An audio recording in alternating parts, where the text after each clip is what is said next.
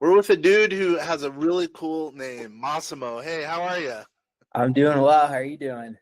Living the dream, man. Living the dream. So we're going to talk marketing, personal branding, and ways to, I guess, get small business owners to become huge Google-like companies, right? That's right. All right. Tell me a little bit about your personal brand and your journey and all that good stuff, so we can put in context and know how studly you are.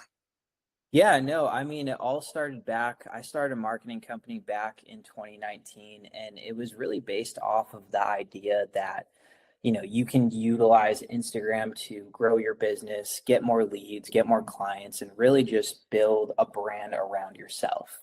I used to always say, like, you go to a networking event, people hand out business cards. The only problem with handing out business cards is, people see the name, they see the logo, but they don't really know too much about you versus handing out like your Instagram, for an example. You're able to tell so much more about the person. And a lot of times now, especially nowadays, people use your social media accounts as a reference point. So it's, bringing who you are offline and putting that online. At the end of the day, it's a game of perception. Yep. And I think that's funny you say perception. We, as you probably know, we at vastsolutionsgroup.com, a lot of our clients are small business owners. Pretty much all of them are entrepreneurs, and that they're usually solopreneurs from all over the country. 93% of them are also real estate investors. Again, in pretty much every state. Plus, we have some offices in the UK, and we have one guy over in Germany right now. But anyway, so there, some of our clients. So, and I know a lot of our clients and listeners and viewers want to build their personal brand. I can pretty much promise you that. So let's say someone who's brand new, they just opened up a widget shop. What's some of the things they should think about with respect to personal branding? So yeah, well, when you build a personal brand, a lot of it is going to be based off of two types of content, right? Because the basis for everything is putting out content about yourself and exactly how you help people, or about your product or service. So the best way to put it is you want to build a brand around value, right?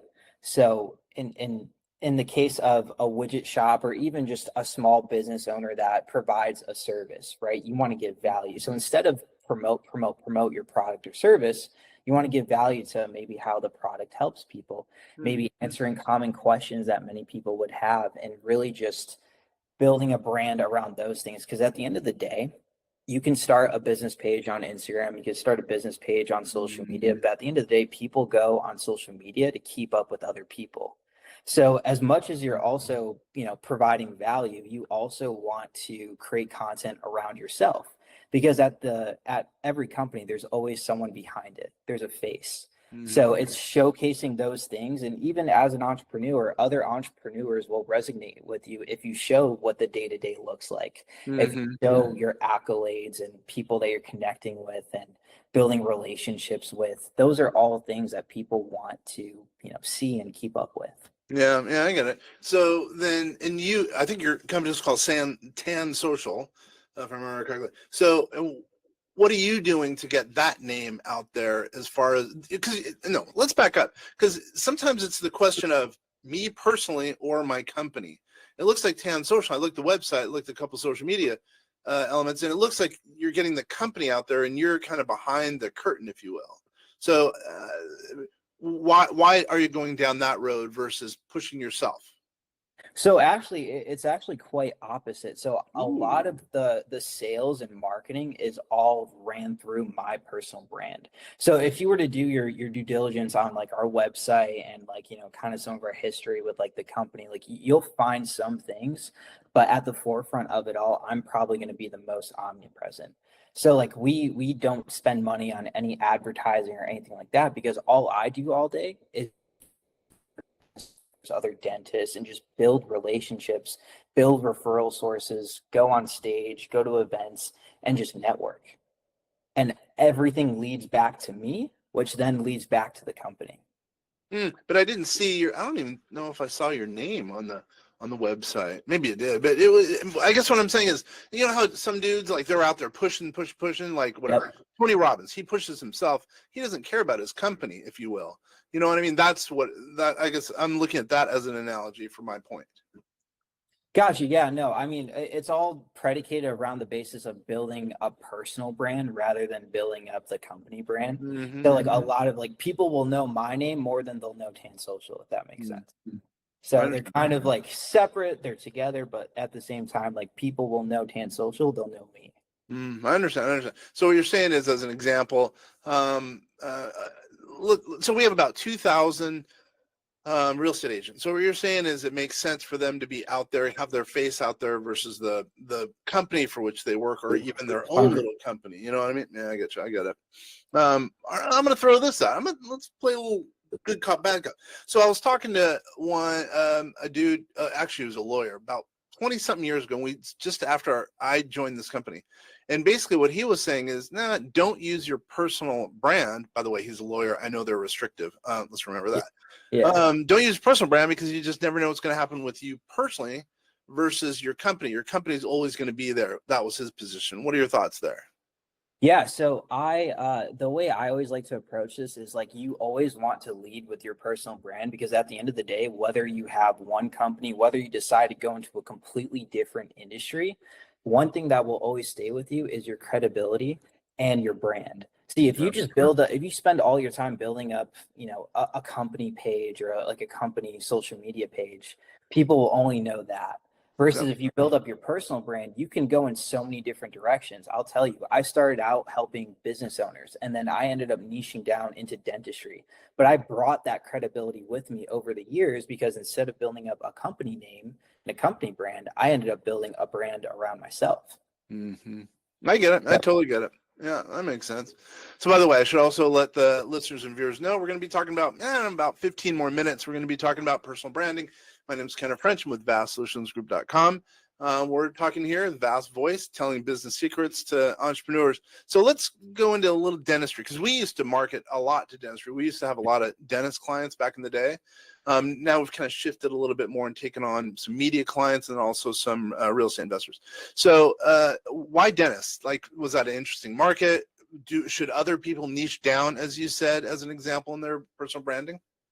yeah, I think when the company was at a point where like we were just helping everyone and their mom with marketing in terms of just different industries between real estate to insurance to small business owners to other bigger entrepreneurs.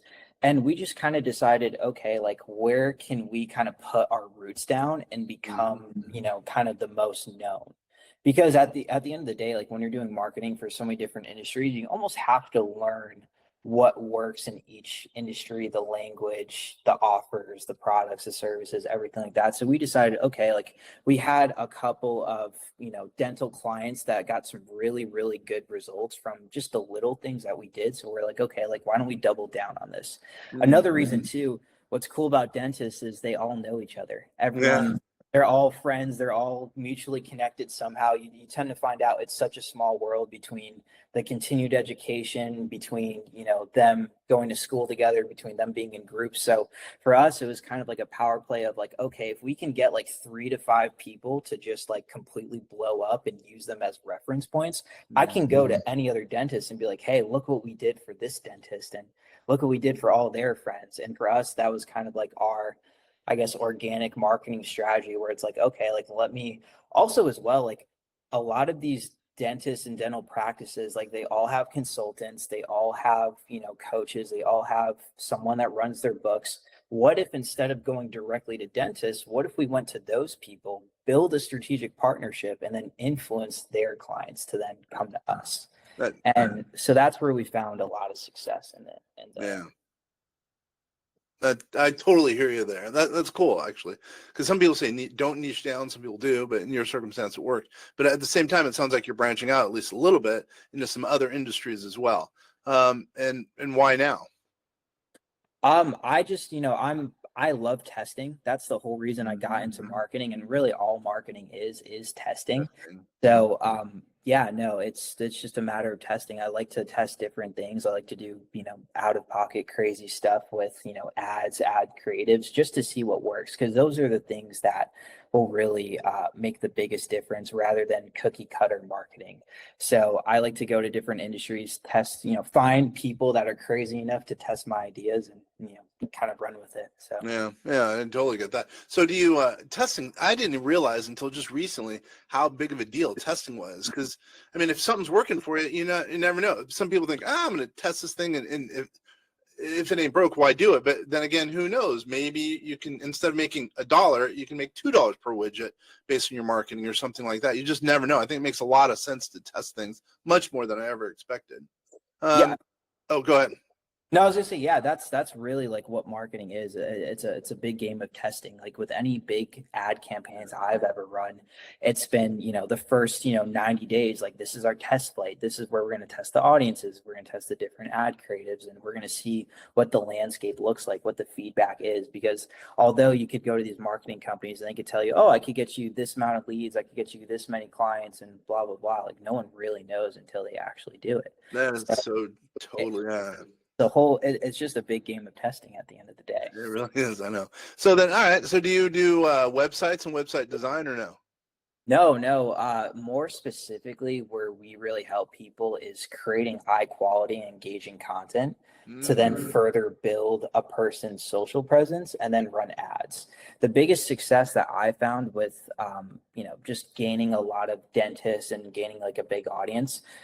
When I set up my personal brand, I created content around dentists and solving their problems with social media. So, how to make your content go viral, how to get more patients. And that's all I put on my page in terms of content. And then what I did was I drove dentists to my page and then reached out to them and said, hey, have you ever considered doing this? And then from there, it kind of explains itself. But yeah.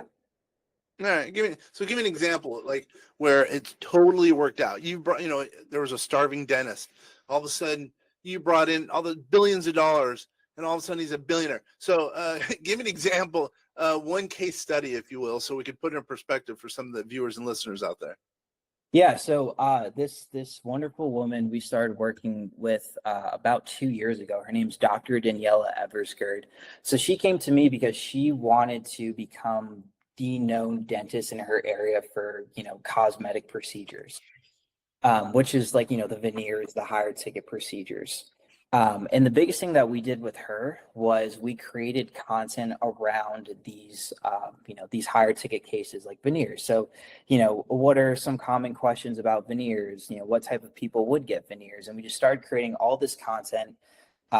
And then we started running ads for these procedures. So what happened over time was her content started to go viral. She started to amass a huge audience of people that wanted to know about these procedures, to the point where then, someone from the New York Times reached out to her. They did an interview with her. And then that led to being on the Today Show nationwide. No, serious? Nice Yeah. work. Oh, dude, that's a big one, man. Okay, keep going. Yeah. And what's crazy is though, because a lot of people, when they do and start this type of marketing with like organic content and running ads, they expect a result so soon.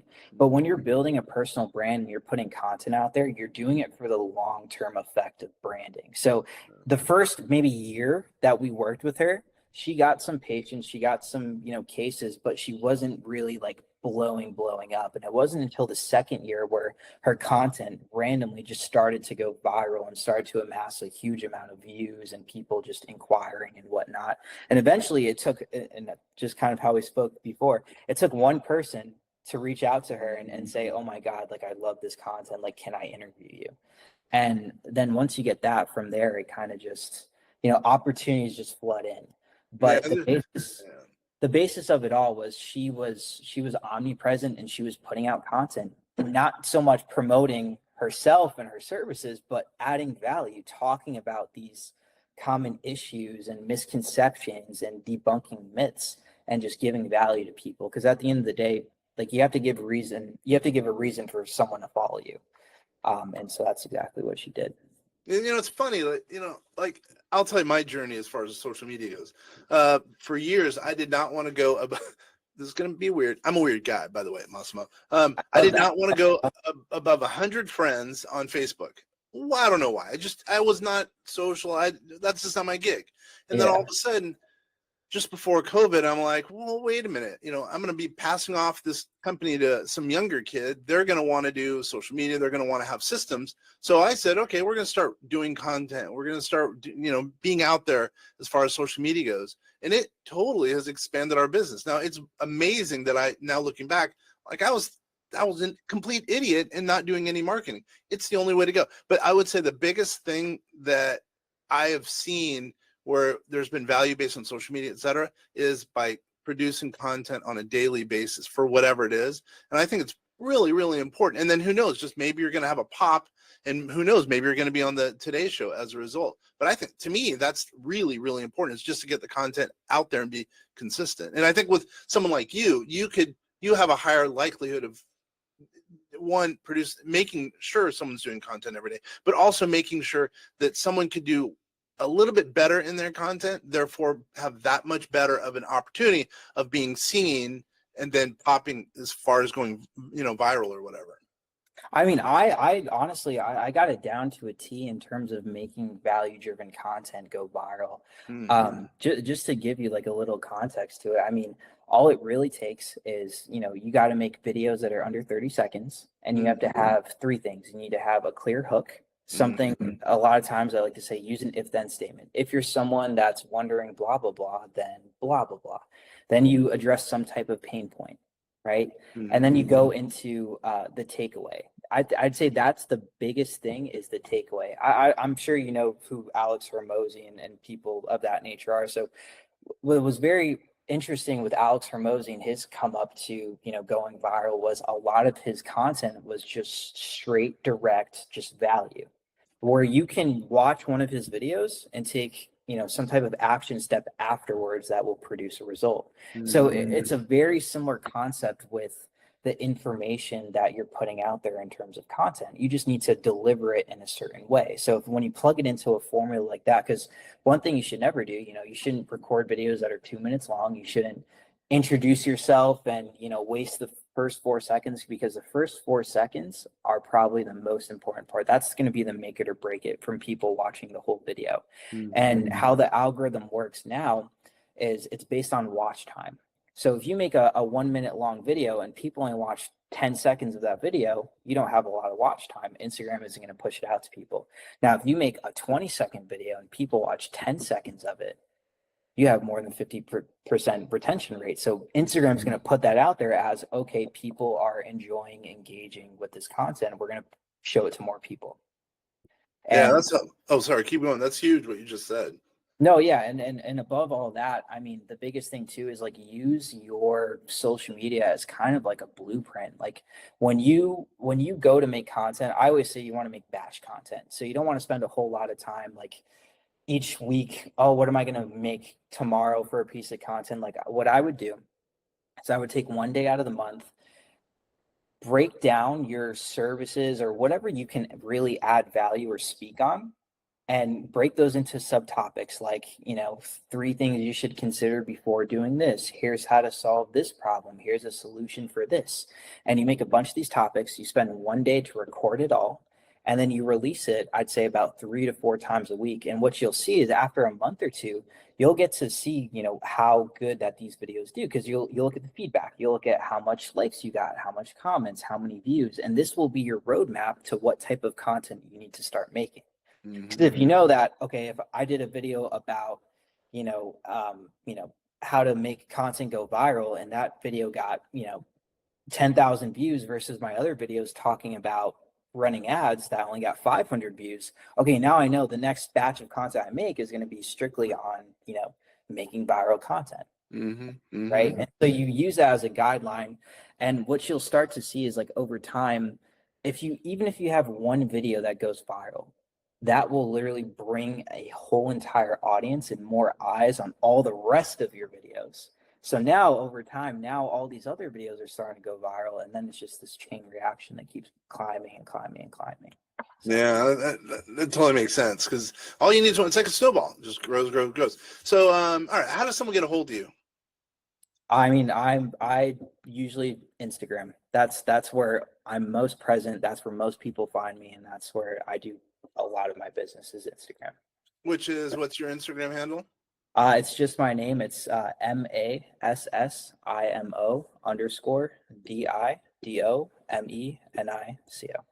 That's gonna be real easy for That's gonna people. be a tough one. Yeah.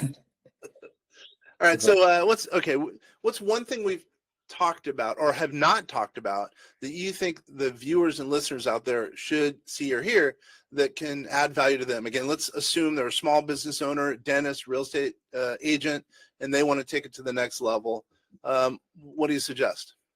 Honestly, if I had to start over again and I had to start a brand new account and, I was trying to get business, I would say the biggest thing is I would look at 3 or 4 other people that are doing something either similar to you or similar within the industry. Look at those 3 people, look at the type of content that they make. And, you don't have to, reinvent the wheel here, but, just take those ideas and put your own spin to it. I mean, that's probably going to be the easiest and fastest way. And honestly, the hardest thing is just starting. Most people they're so afraid of either what other people will think or just getting no views, no engagement. But like the biggest thing is just starting. So that is starting and being consistent. I know we have, I'm embarrassed to say, we have a lot of people who are in our database, number one. Number two, and at the same time who are, subscribers or whatever to all our social media, but we don't get very much engagement. So, which is embarrassing, by the way. But at the same time, I know that down the road it's going to catch on and something's going to go viral. I just know that. And if not, whatever, that means I'm an idiot, by the way. But also, before signing off, so what about engagement? Are you one of those guys who's always by the computer? Do you have an AI dude or bot there sitting there by, all your social media things for your clients? How does that work? yeah, no, I'm pretty much, I live on Instagram. So that's like my day to day. I'm always on Instagram. That's how I, conduct my business. So I'm always responding to comments. I'm always sending out my own messages. A lot of people like to have chatbots. They like to have, social media managers. I'm just a big proponent on doing it yourself, but doing it in the most efficient way possible, because you shouldn't be spending hours upon hours on social media every week, posting, messaging people and whatnot. Like there's ways to make it efficient. I'd say in terms of like increasing your engagement, a lot of it comes from how engaging your content is. Honestly, like there's no special hack of, well, send your post to 10 people, post it here, do this at this time. A lot of it comes from just the quality of video. And honestly, it's not that hard to really increase the quality of your videos. Have good lighting. If you have, subpar of an iPhone that shoots at 4K, I mean, you don't need a whole camera crew to make really good content. It's just the delivery. Yeah, but our content is, I'm not trying to make this as a help me thing, but Yeah, totally. why not? Whatever. It's we make it more educational, but the same, we don't really have hooks per se, and we don't have any hot girl. No, just kidding. By the way, I shouldn't have probably said that. I'm probably gonna get sued or something for that. Meaning, because I'm not hot. I'm not a hot girl. I'm the one who does our videos, right? Yeah. It's informational. So let's say we do a lot of, 401k plans. I don't know if you know what that is, but it's a government sponsored plan for, employers to help employees, generally speaking. And what we'll do is we'll do a full, let's say, hour video as an example and cut it up. But, it's how to start a 401k, how to maintain one, and how to close one. And I don't think it's really engaging per se, but then again, I look at it as informational. And if we're doing those type of videos anyway, why not put them on social media? So I don't know if we're ever going to be kind of the one to, increase engagement per se, because our videos are like that. Does that make sense? I'm not even sure why I'm telling you that. But No, totally. And that's the belief that a lot of people have when, like, because at one point that style of content did very well, where you can take an hour long, call it episode or just like film session and cut it up into clips and it just be the highlight of the conversation. I think the biggest thing now, since everything's so fast paced with scrolling and people's attention spans, is just condensing and concising these topics down. So like you said, what is a 401k and all that stuff. Like I would condense and concise that and make it as if you're trying to teach it to a 5th grader. Because at the pace that social media is going and people's attention, like that's how people consume information. Because it's the information's valuable. It's just the way you deliver it to make it consumable to consumers. Yeah, what I think we're going to start doing is, and it's kind of in line with that, like doing top 5 lists, as they call them. And so, like, instead of doing an hour thing, maybe do an hour thing, but also doing a blurb, like an overview, top 5 ways to whatever, start a 401k or whatever, you know? So, because I don't have the attention span to watching our stuff. I really do think it's cool. I know it's cool. It's very helpful, right? Someone could do all their own stuff based on the content we put out there.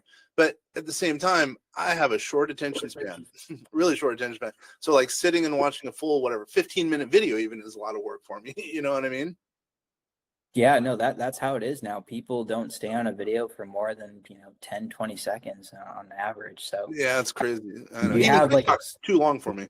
yeah, you have this short window to capture someone's attention. Yeah. Wow, we've gone over a lot and we've jumped all over the place. So once again, how does someone get a hold of you? Instagram would be the best place. And can you spell your name? Good luck on that, by the way, for everyone out there. How do you spell it? Yeah, it's MASSIMO_DIDOMENICO.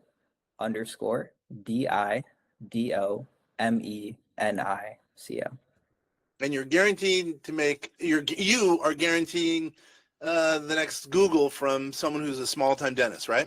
I think it's very possible. I'm not guaranteeing it, but if you can implement all these steps, I don't see why you can't.